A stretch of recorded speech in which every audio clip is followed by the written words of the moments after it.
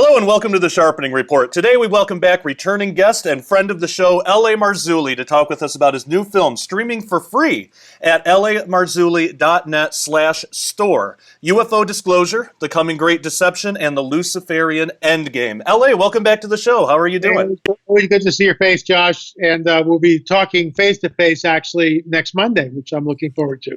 Yes, yeah, I am too. This'll be good. We haven't actually seen each other in a while. We have a super secret filming project that we'll be working on together. I'm really excited about that. And people watching the show, you'll just have to wait for more information. We'll be putting information out on Skywatch TV, of course, here at Sharpening Report, and I'm sure LA will as well on his website. We are living in a crazy time. We're actually living in a time right now when the government is admitting to investigating the UFO phenomenon, and even today, that's kind of old news. It's been going on for a couple of years now. Why do you think now the government is admitting to this? Well, there's a couple of ideas here, a couple of scenarios that might do us well to look at. First of all, we know, let's go back in time. So when Orson Welles ran with his War of the Worlds radio show, he caused utter panic, complete panic. People jumped out of windows. I mean, I'm being facetious, but I mean, people were panicked. They thought that Martians had landed. So when Roswell happened, and unlike some people that don't believe Roswell happened, okay? I've spoken to two people, one, Dr. Jesse Marcel Jr., who was as close to the event as you can possibly get, because his father, Marcel Sr., was the 509 bombing group security officer. He knows what a weather balloon looked like. So to say that Marcel Sr. mistook the wreckage in Mac Brazel's farm for a weather balloon is an absolute insult to Marcel's intelligence and his integrity. So I spoke to Jesse Marcel Jr. By the time I got there, his father had passed away a few years. And he told me when he was 12 years old, 13, his father woke everybody up, he and his mother, at like 2:30 in the morning. Mistake number one, you never wake the wifey up at 2:30 in the morning. As husbands, we all know that. If the house is going down, you wake the wifey up. Otherwise, you never wake the wifey up, okay? Unless it's absolutely something that's groundbreaking. And he had spread the material out on the kitchen table, and I quote, "What you're looking at, Jesse, my son, Jesse Marcel Jr., you may never see again. This is from another world." And Jesse Marcel Jr. handled the objects, the wreckage. That's witness number one. Witness number two, which was in a film which it didn't translate into this film. We may use it somewhere else. We interviewed two pastors, a husband and wife team, who interviewed Colonel Hill, and they were like in a hospice relationship with him. They knew him for about 3 months, maybe longer, I don't know, but they knew him for a period of time. And Colonel Hill had like, I don't know, 3 or 4 degrees. He was highly intelligent, and he was end of life. After he told them the story I'm about to tell you, he passed away. So it was end of life discussion. Of course, I'm down a deep rabbit hole here talking about why, but I'm going someplace with it. You just had to ask that question, didn't you? So Colonel Hill stated on the record that he was flown to Roswell, New Mexico after the crash, and they were one alien body was alive, and he tried to communicate with it. The wreckage was taking the right path. Everything that we knew from hearsay was basically vetted by Colonel Hill in a deathbed confession. So getting back on point, Roswell was real. So you've got all these guys sitting in there going, what do we do with this? There were two schools of thought. Well, we should release it to the public. I think Forrestal was of that mindset. And of course, he committed suicide by jumping out of the 7th floor window. And the autopsy that he was exhumed decades later, and the autopsy showed that, well, maybe not so fast, citizen, you know. So I'm on coffee. Coffee's my favorite drug. So anyway. Mine too. Makes me happy. And sometimes funny. So the bottom line is this. You had guys like Forrestal, which were saying, we need to release this to the American public. And then you had the prevailing paradigm, the old guard, who said, not a chance. and they put the kibosh on everything, and they spun everything. Roswell's a weather balloon. It's what you saw was the planet Venus reflecting off a weather balloon caught up in a flock of geese. Swamp gas somewhere in there. Swamp gas. I mean, it's just like, you can't make this stuff up. So the old guard now, because it's over 70 years since Roswell, the old guard's dead. Mm-hmm. They're dead. They're not there anymore. So the paradigm is shifted. And they go, this has been going on. We can't keep doing this. There's way too much evidence. And I also think that they are being pressured by, the so-called extraterrestrial aliens, which they are not. They are fallen angels. They are utterly demonic, evil. It's the Luciferian endgame. So I think it's twofold. And I also think it plays into Satan's endgame strategy, where, okay, now's the time. So and when this happened in 2017, it was released on Tucker Carlson's show. Commander David Fravor, former F-18 pilot, is on Tucker Carlson's show. And Carlson's going, UFOs used to be the stuff of conspiracy theories and tinfoil hat wearing people. But maybe not anymore. And and Commander David Fravor joins us. It was a triptych. They had Tucker here, Fravor in the middle, and over here. Classified film of a tic-tac-shaped object. When asked on Tucker Carlson's show by Tucker, Commander David Fravor, what do you think this was? Fravor looks right at the camera and says, whatever this was not from this earth. Was not from our planet. So, and this also begs the question, how does a complete unknown entity like Commander David Fravor wind up on Tucker Carlson's show anyway? How does that work? He doesn't have a book. He has no YouTube following. Doesn't have any followers at all. Now he does maybe. But no book, no DVD, no nothing. He's an unknown. Who's got the power to do that? Why Tucker? Because Tucker's audience, for the most part, is conservative Christian. That's right. Who watches the show. So they roll it up. They run it up on Tucker Carlson's show to see what the reaction is. Flatline. Church utterly asleep, totally ambivalent, except L.A.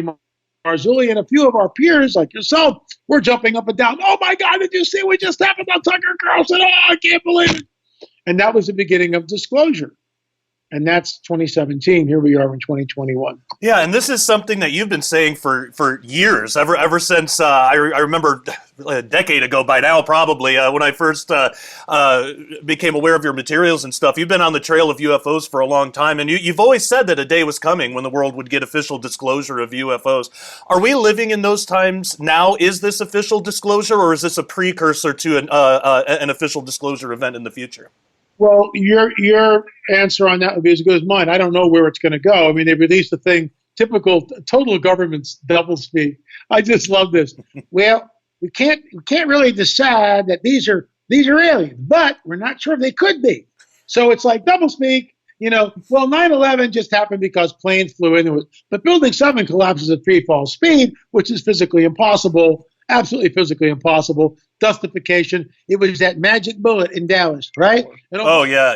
I think there are some tumultuous times ahead. There are some, too. I mean, even within the church, the opinions on this are split. There are some that would say that this is all spiritual. It's all deceptive projections. I was even raised in that kind of environment. Josh, UFOs, don't you know that's just demons putting pictures up in the sky? That's not real. But pictures up in the sky aren't going to set radars off and things, but people think that these things aren't really there. They're showing up on radar. It shows that this has a physical component to it. Is there anything about the UFO phenomenon that is spiritual? And if so, then how do we reconcile it with the physicality of these crafts? Well, here's the deal, and I know who you're talking about, and I've gone, and I'm not going to get into a contest here and disparage anyone. I don't go there.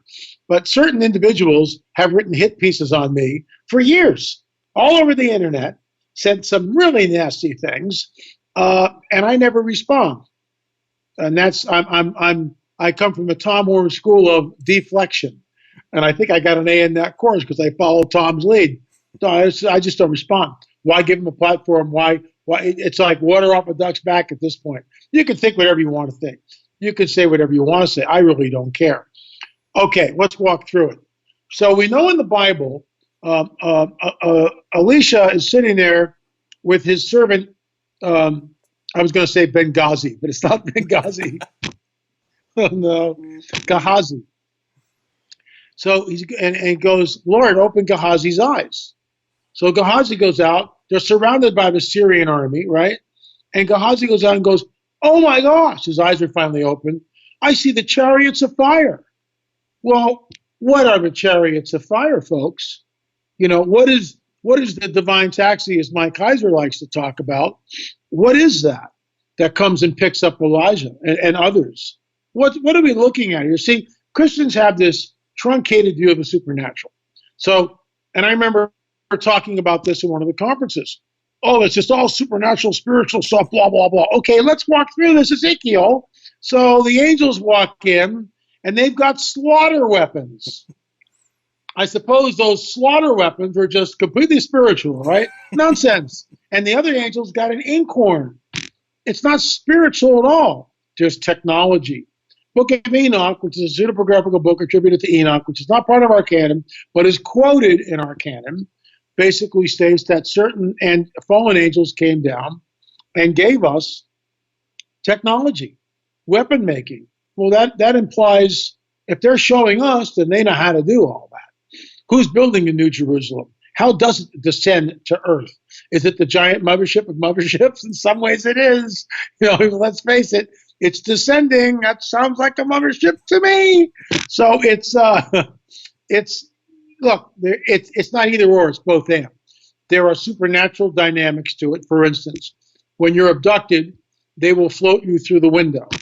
And every single abductee that goes near the window goes, are they going to open the window? That's what they think.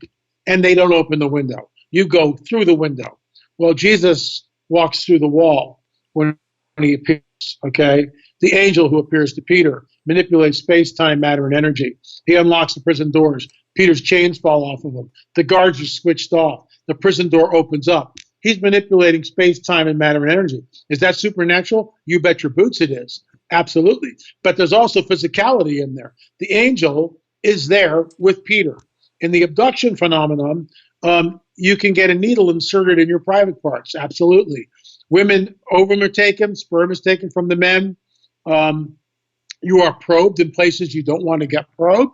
And they do these things because they know it creates the greatest fear, and they live off the fear. They live off the fear. That's what the whole cattle mutilation thing's about. So it's not either or, it's both and. The ships are metallic, and I'll tip my hand here. I'm actually going to an undisclosed location on the 20th, sometime this month, and I will be meeting with a gentleman who has metal from a UFO, which will be in our second film. Wow. And so in Europe, so somebody's building these things. Who's building these? Who's piloting these crafts? And what do they want? Well, it's not extraterrestrial from Zeta Reticuli, for starters. This is fallen angel technology. Gary Stearman had an encounter with a very large UFO, which changed his paradigm completely and probably saved his life. He also had 3 hours of missing time. Now, he wasn't abducted, but he had space-time displacement. When this thing flew next to him, it came like this and then flew next to him, there was a space-time displacement. So for Gary, he was just on track to Lubbock, Texas. When he got there, he's 3 hours late. There's no way his plane can stay up that long. It's impossible. So he had an encounter with and this is where it gets confusing, that both sides can have this craft.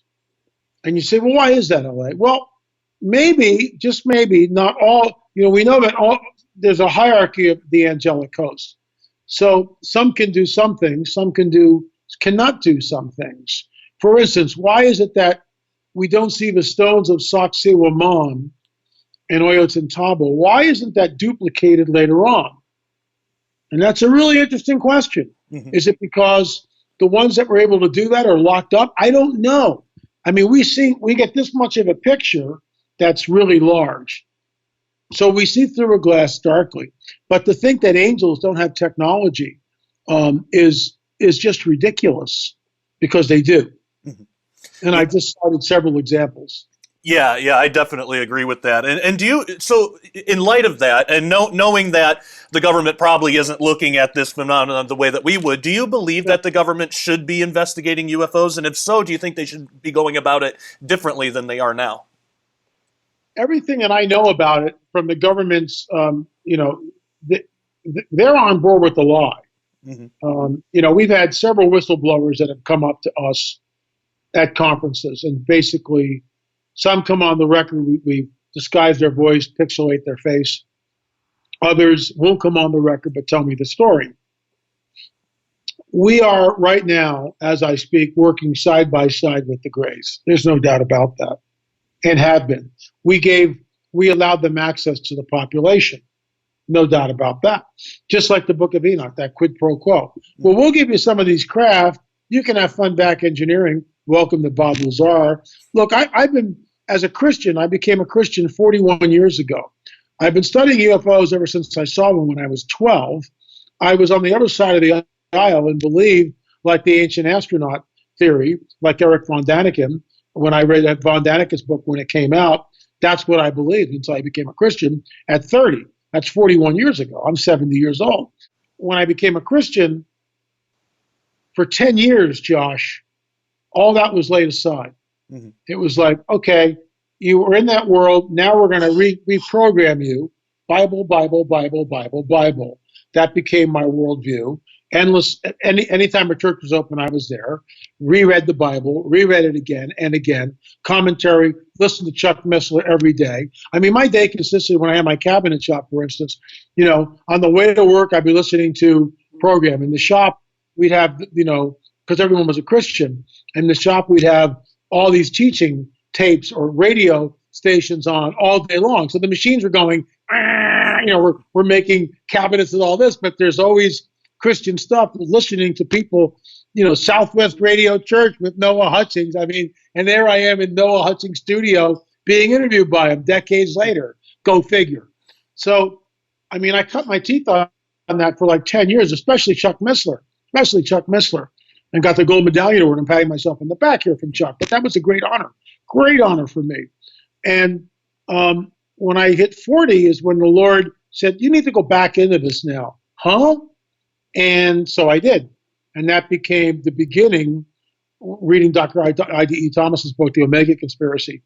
That started it, which then became all that research and more research. And hats off to David Flynn, because I went to his website continually. And this is on the early days of the internet, where it took you like an hour to download a JPEG. So that became the nexus for the Nephilim trilogy, which, even though it's entitled Nephilim, what it does is it's I'm standing on the shoulders of my mentor, Dr. I.D.E. Thomas. It takes Genesis 6 and the Nephilim and ties it to the UFO phenomenon. And there was a pastor, there was a friend, some guy wrote me over the weekend. He was at a conference, and they had a guy speaking there, and I'm not going to mention the guy's name. I don't want to disparage him. But he raised his hand and goes, well, should we study the Nephilim?